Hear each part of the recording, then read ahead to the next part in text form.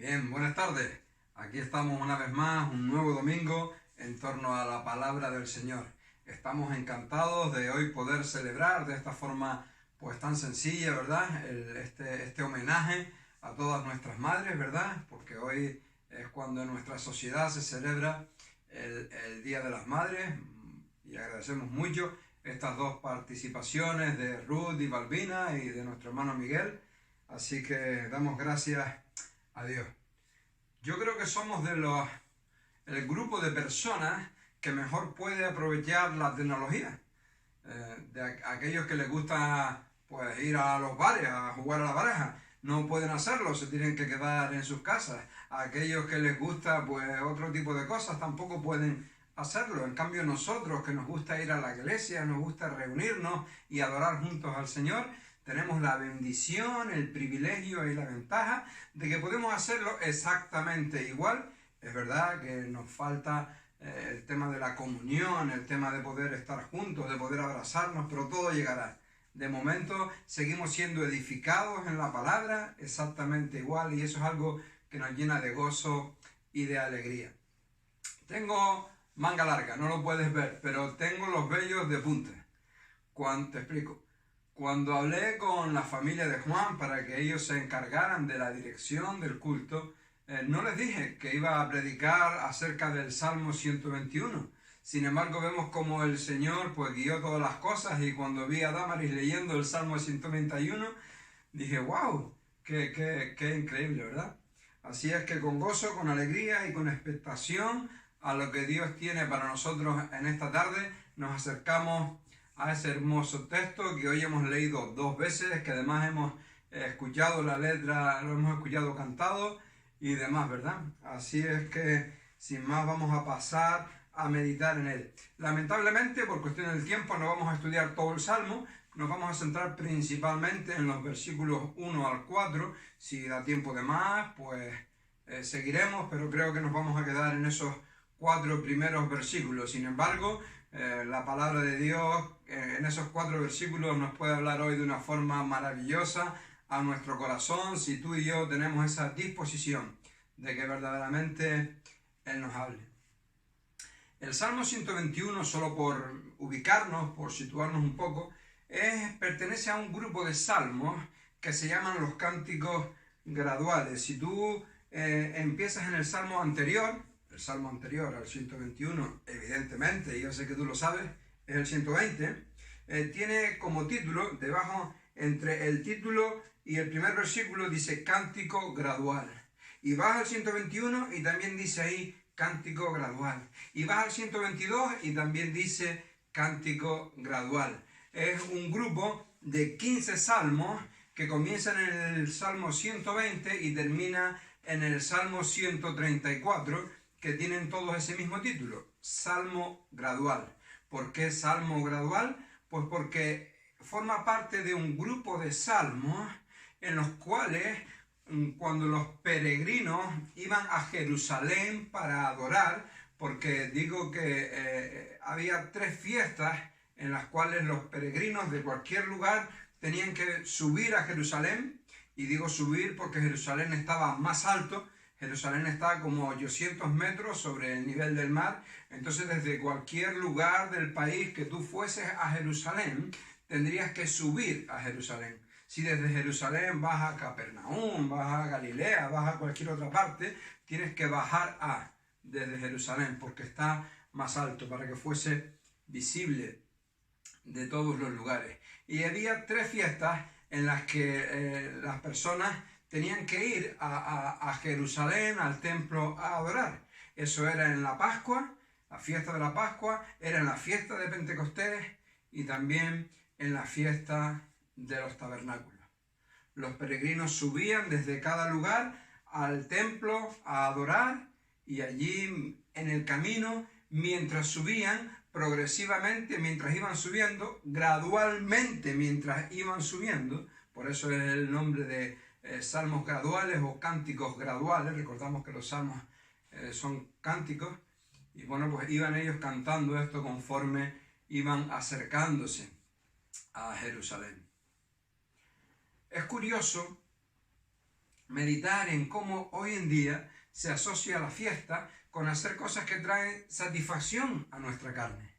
Por eso en las fiestas corren el alcohol, corren las drogas, corren los preservativos. Sin embargo, los creyentes de la época vinculaban la fiesta y el pasarlo bien con la adoración genuina a Dios. Y esto es algo que se ha perdido porque hemos en nuestra sociedad diferenciado entre lo que es la religión, entre comillas, y lo que es verdaderamente la diversión. Para el israelita no había fiesta, no había diversión, no había ocasión de poder estar a gusto y pasarlo bien que no incluyese la adoración a Dios. Qué hermosa costumbre. Qué bueno que los creyentes hoy en el siglo XXI también tengamos eso en cuenta. Por eso los peregrinos llevaban sus ofrendas y sacrificios para dar gracias a Dios con un corazón dispuesto a tener ese tiempo de adoración. Y ellos tenían que subir por diferentes caminos, claro, según la zona en la que ellos residieran, según el punto en el que se encontraban, ¿verdad? Para poder subir hacia Jerusalén. Y ellos se desplazaban en grupos de caravanas familiares. Recordemos que en los tiempos del Antiguo Testamento, cuando los hijos se casaban, en lugar de ser como hoy, que se marchaban de sus casas y viven pues aparte, viven separados, en aquella época los hijos construían sus casas al lado de las casas de sus padres. Cuando ellos se casaban, traían a su esposa al hogar, allí tenían niños que a su vez pues se iban casando y también traían sus esposas y así se iban multiplicando y podían vivir en una familia hasta 4 y 5 generaciones juntas. Precisamente era eso lo que en tiempos de la antigüedad, cuando no había subsidio de vejez, cuando no había hogares en los que atender a los mayores, pues el pertenecer a un clan numeroso garantizaba que una vez que ya tú no podías trabajar, no podías producir para tu propio sostenimiento, la comunidad a la cual pertenecías, tu clan, tu grupo familiar, te sustentaba y te ayudaba, ¿verdad? Por eso era una gran bendición poder tener muchos hijos, porque garantizaba que el futuro estaba resuelto, ¿no? Y así vivían ellos, en esa forma de clan, ¿verdad? Y claro, a poco que se juntaran un par de familias, ya tenías ahí una caravana enorme. Y es durante ese peregrinaje que ellos iban subiendo por los caminos diferentes, unas caravanas que venían por aquí, otras que iban por allí, y luego cuando ellos se encontraban, ya seguían todos juntos a Jerusalén, repetimos, cantando estos salmos, estos cánticos graduales mientras subían, porque iban peregrinando a Jerusalén para adorar al Señor ahí en la fiesta. Hoy es un poco diferente. Hoy, gracias al sacrificio de Cristo en la cruz del Calvario, sacrificio perfecto, sacrificio ofrecido una vez y para siempre, como nos dice el autor de Hebreos, ya no tenemos que peregrinar hacia ningún templo construido por manos humanas, porque hoy nuestro viaje es otro. Hoy nuestro peregrinaje es a través de este mundo, también hacia Jerusalén, pero no hacia la Jerusalén que ellos iban. Nosotros vamos hacia la Jerusalén celestial, hacia aquel lugar que Él está preparando para cada uno de nosotros, y allí vamos a morar con Él por toda la eternidad. Y bien haríamos en tener presente esa mentalidad de peregrinos que ellos tenían, porque nuestra ciudadanía no es de este mundo, sino que nuestra ciudadanía está en los cielos, como Pablo les recordaba, ¿verdad?, a los filipenses y a nosotros también. Así que somos peregrinos, diferentes a ellos, pero peregrinos también.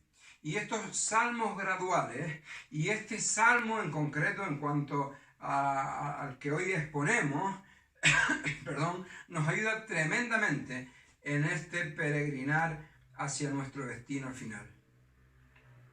Anhelamos llegar a casa, a la Jerusalén celestial, como ellos anhelaban llegar a la Jerusalén terrenal. Y al igual que ellos pasaban por peligros, nosotros también pasamos por otros peligros. Por eso es tan importante que escuchemos sus consejos para poder llevar a cabo nuestro peregrinaje con completa confianza. Y perdón, digo que pasaban por peligro porque ese peregrinar que ellos hacían era un momento delicado. Y lo era por tres razones. Por un lado, era delicado, era peligroso por el propio camino en sí. Ellos no contaban con carreteras asfaltadas, como cabía pensar en nuestras mentes del siglo XXI, ¿verdad? Ni se desplazaban allí en sus coches de primera gama, ni nada de eso. Ni siquiera los caminos habían sido abiertos por tractores. Eran malos caminos, con piedras resbaladizas o piedras que cuando pisabas podían rodar y hacerte caer y deslizarte por aquellos auténticos precipicios que había en algunas de las partes del camino. El hecho en sí solamente de ir por el camino implicaba que era un peligro. Pero no solo eso, además también era un peligro por los ladrones. Estos montes eran el lugar perfecto para que los ladrones y salteadores de camino se mantuvieran escondidos a la espera de alguna presa, a la espera de que alguien pasara y poder asaltarle, poder robarle y poder pues quedarse con sus pertenencias. El mismo Jesús nos constata esta realidad de esos bandoleros al contar la historia de aquel samaritano que fue el único que se paró a ayudar a aquel hombre que los bandeantes asaltaron, robaron, golpearon cruelmente y dejaron abandonado y malherido. En parte por eso iban juntos también, porque así podían ayudarse unos a otros en caso de algún asalto. Además, también era un peligro ese peregrinar, o sea, ese peregrinar era peligroso por el peligro en sí para la nación. Eran días en los que todos estaban en las fiestas de oración. No había vigilancia, por lo que era un momento muy delicado para que cualquier enemigo pudiese aprovecharse e iniciar un ataque que pudiese terminar con la invasión del país. La vida cristiana, nuestro peregrinar por este mundo en dirección a nuestro hogar celestial, hacia la Nueva Jerusalén, no es fácil tampoco. Como no fue fácil para ellos en aquella época, tampoco es fácil para nosotros en nuestra época. Por eso, en el Salmo 121, en el cual hoy vamos a meditar, hemos titulado este mensaje, Ayuda en nuestro peregrinar. Vamos peregrinando, como hemos dicho, hacia la Jerusalén celestial, hacia la eternidad con nuestro Señor, pero mientras tanto, en este mundo también hay algunos peligros.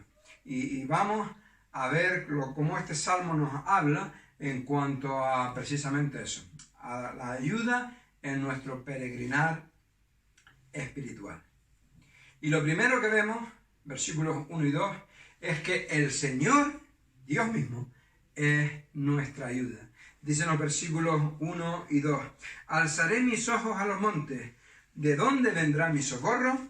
Mi socorro viene de Jehová, que hizo los cielos y la tierra. Oh, qué lindo, ¿verdad? Empieza el salmista con una acción. Alzaré mis ojos a los montes. Empieza con una acción que curiosamente inmediatamente después de que termina esa acción, una vez ejecutada la acción, le lleva a hacerse una pregunta. ¿De dónde vendrá mi socorro? La acción, alzar los ojos a los montes. La pregunta, ¿de dónde vendrá mi socorro? Es curioso que se den estas dos cosas pues aquí juntas, ¿verdad? Es curioso que el salmista se haga esta pregunta al mirar a los montes. Puede ser que al mirar los montes alrededor, que estaban por ahí alrededor de él, le llevara a pensar en la grandeza del Dios creador de todo lo que existe. De hecho, no es extraño, muchos de nosotros, al contemplar un paisaje, también hemos pensado en la maravilla del Dios insondable que hizo los montes, las galaxias, los majestuosos mares, los paisajes que estamos observando y deleitándonos en ellos. Y este salmista pudo perfectamente recordar la grandeza y magnificencia de Dios al mirar los montes. Después de todo, los montes siempre han jugado un papel muy importante en la obra de Dios. Recordamos que fue un monte donde el arca de Noé se posó. Recordamos que fue en un monte donde Dios dio las tablas de la ley a Moisés. Y así podríamos seguir con muchos más ejemplos hasta llegar al momento más tarde en que Dios dio la victoria sobre los falsos profetas a Elías. Más tarde aún sería en un monte también donde nuestro Señor Jesús entregó su vida allí en la cruz del Calvario como pago por nuestros pecados. Y esto es por poner solo algunos ejemplos, pero hay muchos más. Pero también es posible que otras cosas pasaran por la mente de este hombre que le llevaron a hacerse esa angustiosa pregunta: ¿de dónde vendrá mi socorro? Porque no deja de ser curioso que al mirar los montes le viniese a la mente que allí había peligro.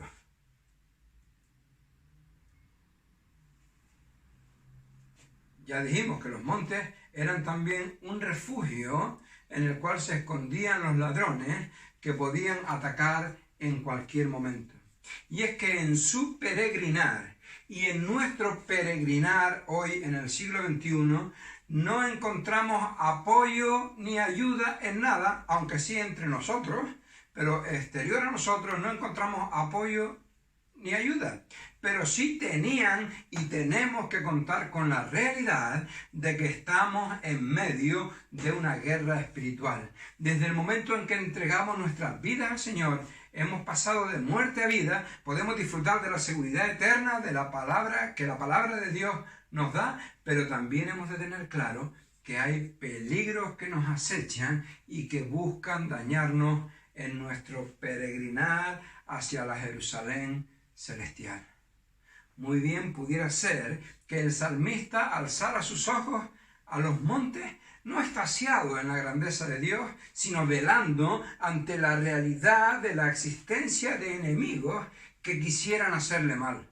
Y por eso se preguntaba: ¿de dónde vendrá mi socorro? Si ahora sale por aquí una banda de bandoleros, ¿quién me va a ayudar? Cuando aparece la enfermedad descendiendo por los montes y llega a nuestro cuerpo, nos preguntamos: ¿de dónde vendrá mi socorro? Cuando vemos venir una gran crisis económica que se desliza montaña abajo hacia cada uno de nosotros, nos preguntamos: ¿de dónde vendrá mi socorro? Cuando el problema familiar aparece insolucionable, nos preguntamos: ¿de dónde vendrá mi socorro?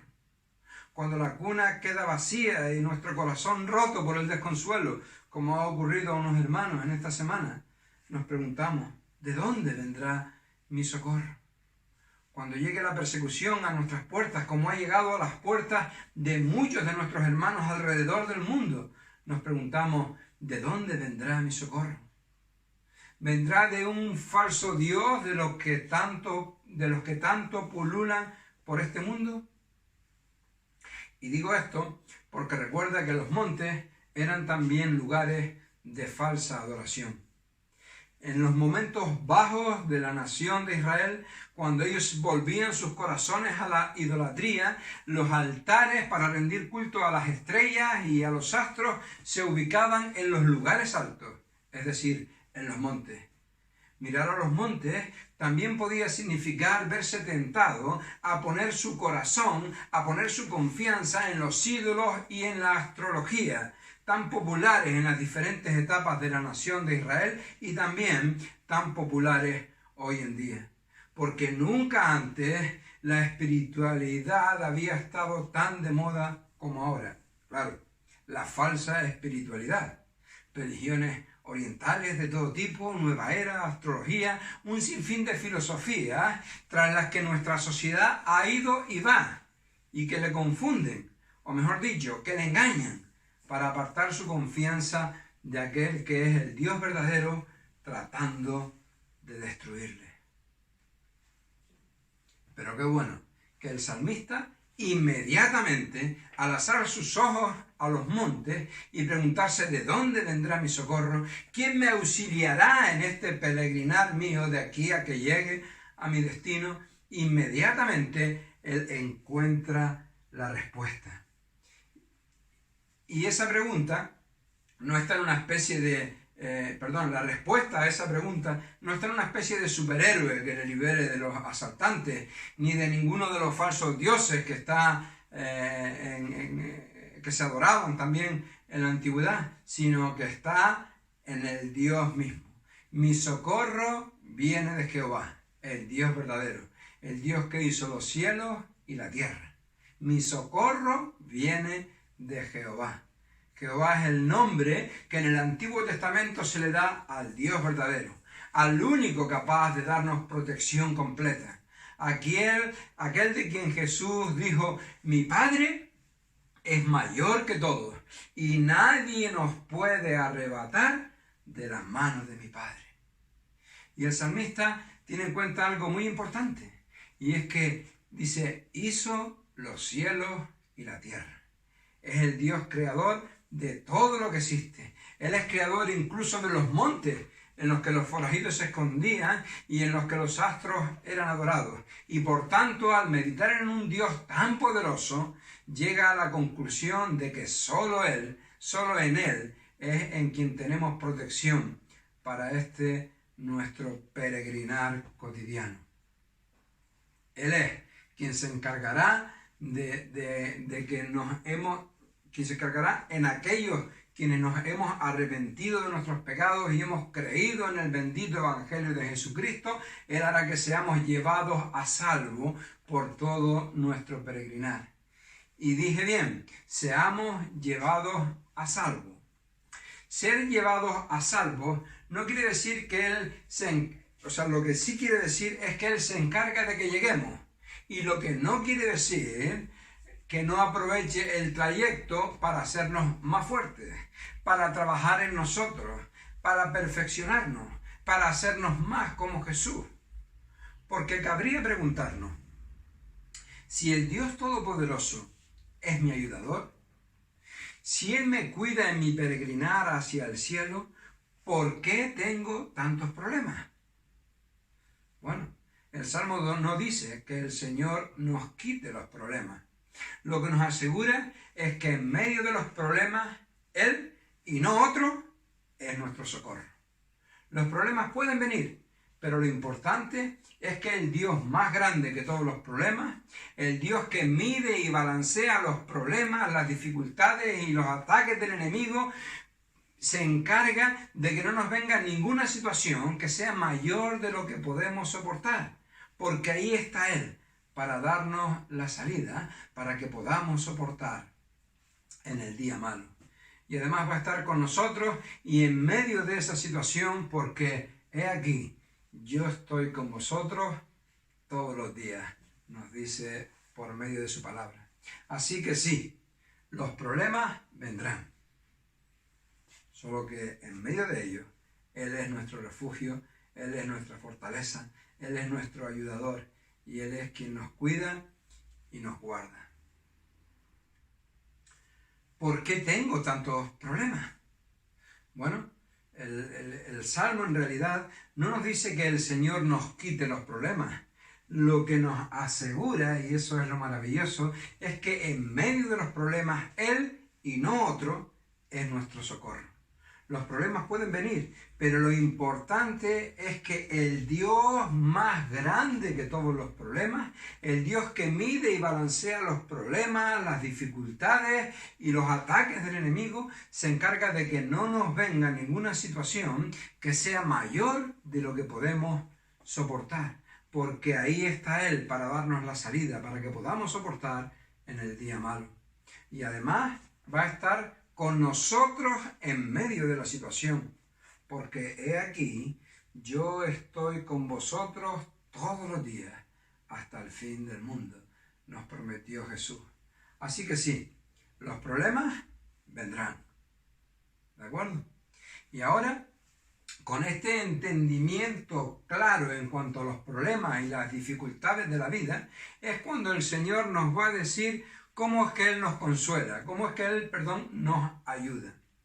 Y lo encontramos en los versículos 3 y 4. Cómo Dios nos ayuda. No dará, dice el texto, tu pie al resbaladero, ni se dormirá el que te guarda.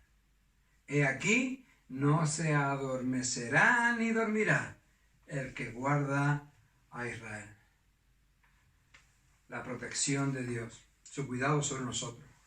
Vamos a leer una pequeña historia que nos muestra esta verdad, nos vale como ilustración bíblica para esta realidad. Dios no nos quita los problemas ni las situaciones difíciles, pero sí que nos ayuda en medio de ellos. Y la lectura la vamos a hacer en el libro de Éxodo, en el capítulo 14. Vamos a leer a partir del versículo 16. Éxodo 14, versículo 10. Leeremos del 10 al 16. Por situarnos un poco, esto es cuando el pueblo salió de Egipto, gobernado, comandado, liderado por Moisés, el siervo de Dios, y vemos cómo ellos llegaron allí al Mar Muerto y se encontraron sin escapatoria. Se encontraron un tremendo problema porque no podían seguir avanzando. Pero no solo eso, sino que además, detrás de ellos, hacia ellos, venía Faraón con todo su ejército dispuesto a destruirles. Una situación de tremenda dificultad. Y vemos lo que ocurrió. Nos dice el texto. Éxodo 14, versículo 16. Y cuando Faraón se hubo acercado, estamos en el versículo 10, y cuando Faraón se hubo acercado, los hijos de Israel alzaron sus ojos, como el salmista, que alzó sus ojos a los montes. Y he aquí que los egipcios venían tras ellos, por lo que los hijos de Israel temieron en gran manera y clamaron a Jehová. Y dijeron a Moisés, ¿no había sepulcros en Egipto que nos has sacado para que muramos en el desierto? ¿Por qué has hecho así con nosotros, que nos has sacado de Egipto? ¿No es esto lo que te hablamos en Egipto, diciendo, déjanos servir a los egipcios? Porque mejor nos fuera servir a los egipcios que morir nosotros en el desierto. Y Moisés dijo al pueblo, no temáis, estad firmes y ved. Ved no solo los montes, el peligro y a Faraón, sino ved la salvación que Jehová hará hoy con nosotros. Porque los egipcios que hoy habéis visto, nunca más, para siempre los veréis. Jehová peleará por vosotros y vosotros estaréis tranquilos. Entonces Jehová dijo a Moisés, ¿por qué clamas a mí? Di a los hijos de Israel que marchen, y tú alza tu vara y extiende tu mano sobre el mar y divídelo, y entren los hijos de Israel por en medio del mar en seco, para que su pie no resbale, como en el Salmo. Vine a esta historia para ilustrar un poco pues la realidad que estamos viendo en el Salmo 121, ¿verdad? Y de aquí podemos sacar diferentes cosas. Vamos a fijarnos en tres de esas cosas que podemos sacar, ¿verdad? Una es que estando en angustia, todos levantaron sus ojos, pero no hacia el cielo. No levantaron sus ojos hacia Dios. No levantaron los ojos a los montes. Se fijaron en los problemas que venían tras ellos, en las dificultades. Fijaron su vista en el problema. Se centraron en Faraón. De los más de 2 millones de israelitas que salieron de Egipto, solo uno miró por encima de Faraón. Solo uno miró por encima del problema. Solo uno miró por encima de las dificultades y elevó su vista al cielo para encontrarse con su Señor y para clamar a Él por la solución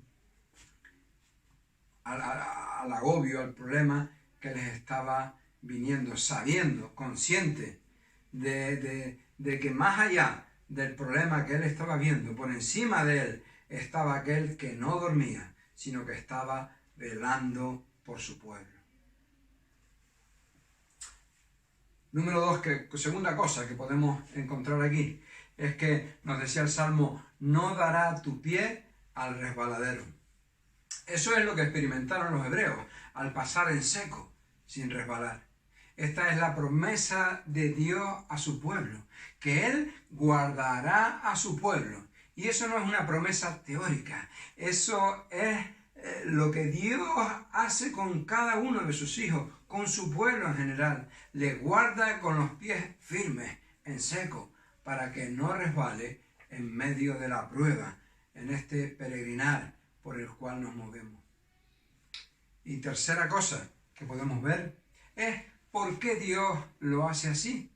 ¿Por qué Dios, siendo Dios todopoderoso, permite los problemas en lugar de evitarlos, ya que tiene el poder para ellos? ¿Acaso no sería más fácil incluso evitar que surjan los problemas que estar velando para guardarnos en medio de ellos? Buena pregunta. Pero la respuesta a esta pregunta tiene dos puntos también. Uno es que Dios usa los problemas, las luchas, las pruebas de esta vida como instrumento para nuestro bien, para perfeccionarnos, para purificarnos, para hacernos crecer.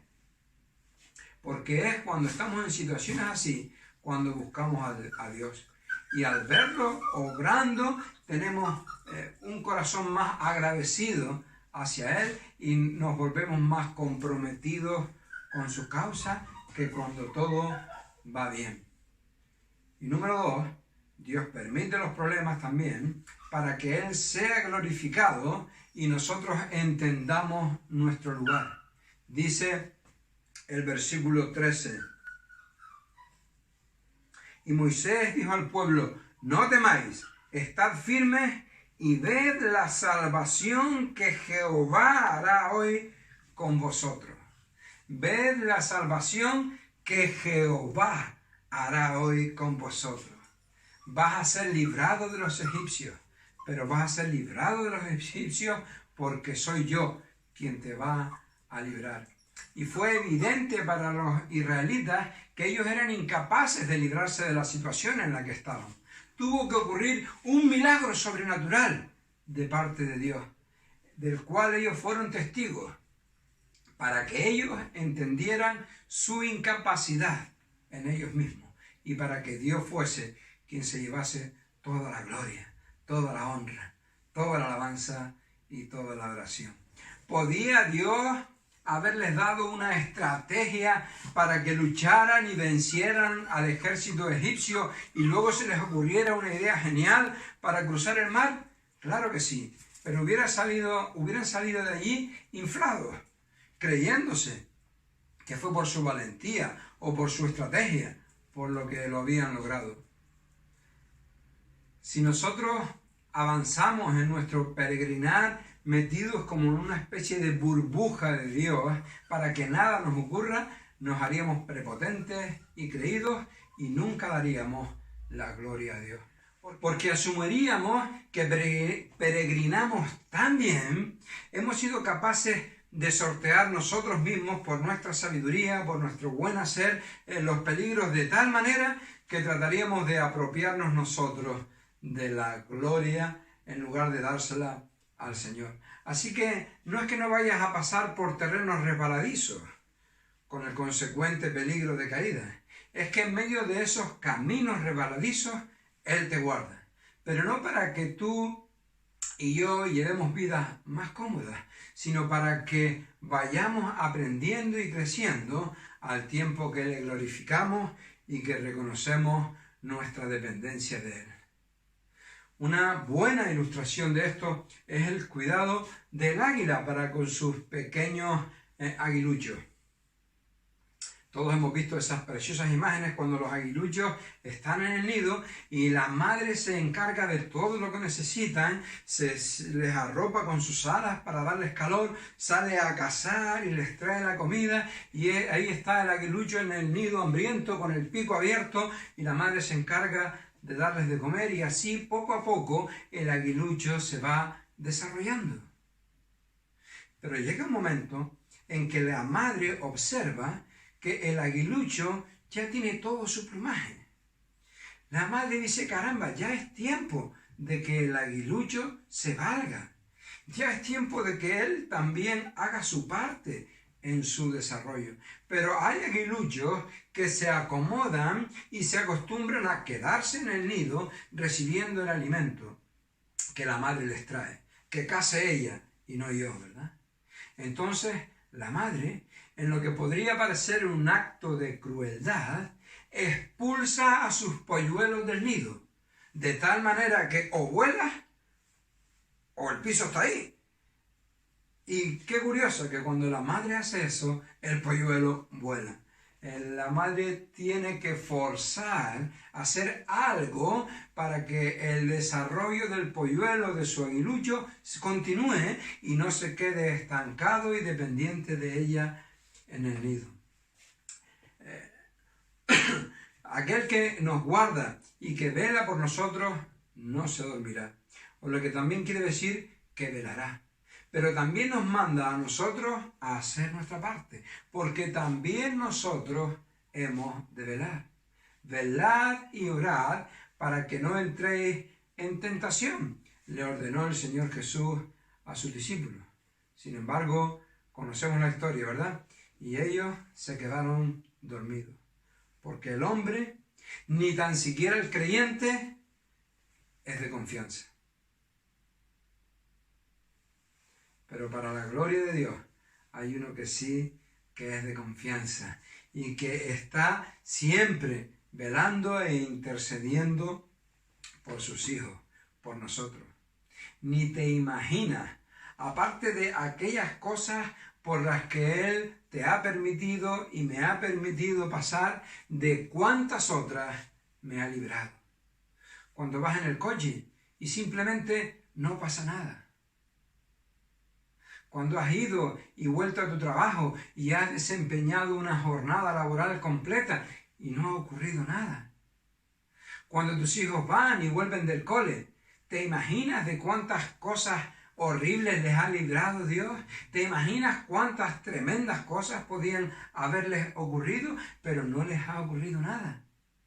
Cuando subiste a un avión por última vez y no ocurrió nada, ¿eras consciente del cuidado y de la protección de Dios para contigo?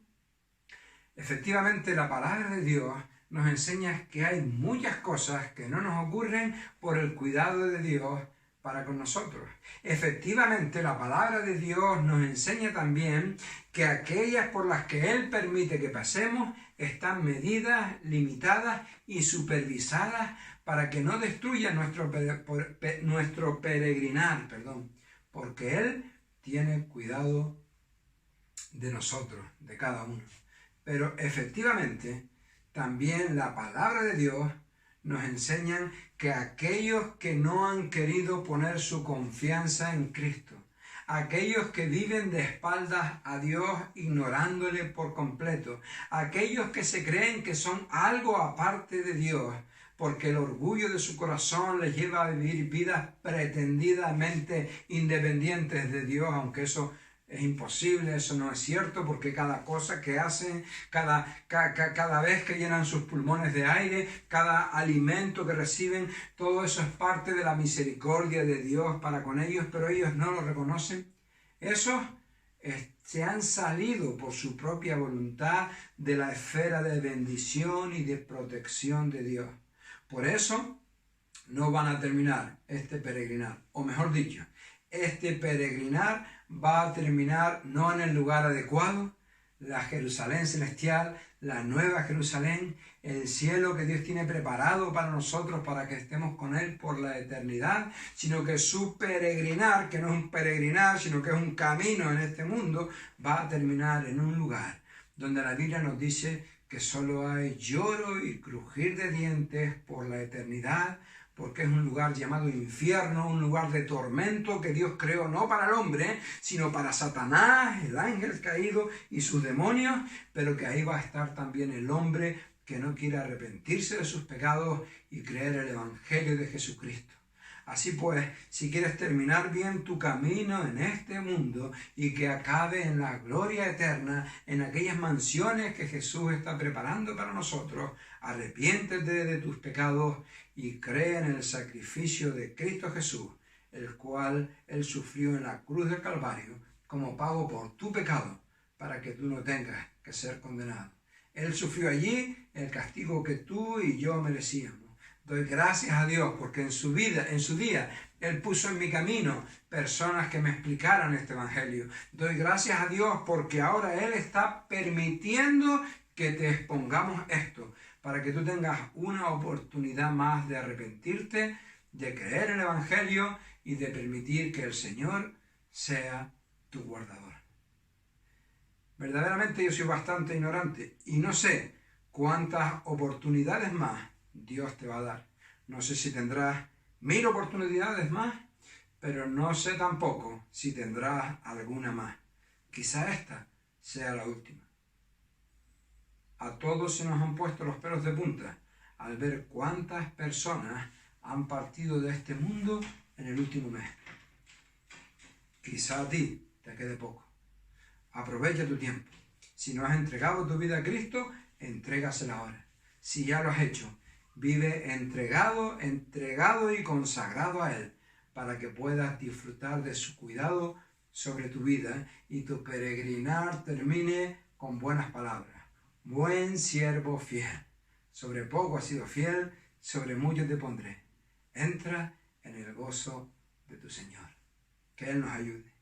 Padre y Dios bendito, venimos delante de ti con gozo, con alegría, con satisfacción, porque tu palabra nos muestra cuánto cuidado tienes tú acerca de nosotros, cuánto tú nos proteges, porque nos amas, Señor, porque somos la niña de tus ojos, Padre. Gracias, oh Dios bendito, por tu Hijo Jesucristo, y gracias por cada uno de los cuidados que tú tienes para con nosotros. Gracias porque sabemos que aún en los malos momentos por los que pasamos, tu mano está allí guardándonos, protegiéndonos, para que nada nos ocurra que esté fuera de tu voluntad perfecta, oh Dios de los cielos. Gracias, Señor. Obra en el corazón, Padre, de aquellos que no te conocen, para que se arrepientan de sus pecados. En el nombre de Jesús. Amén.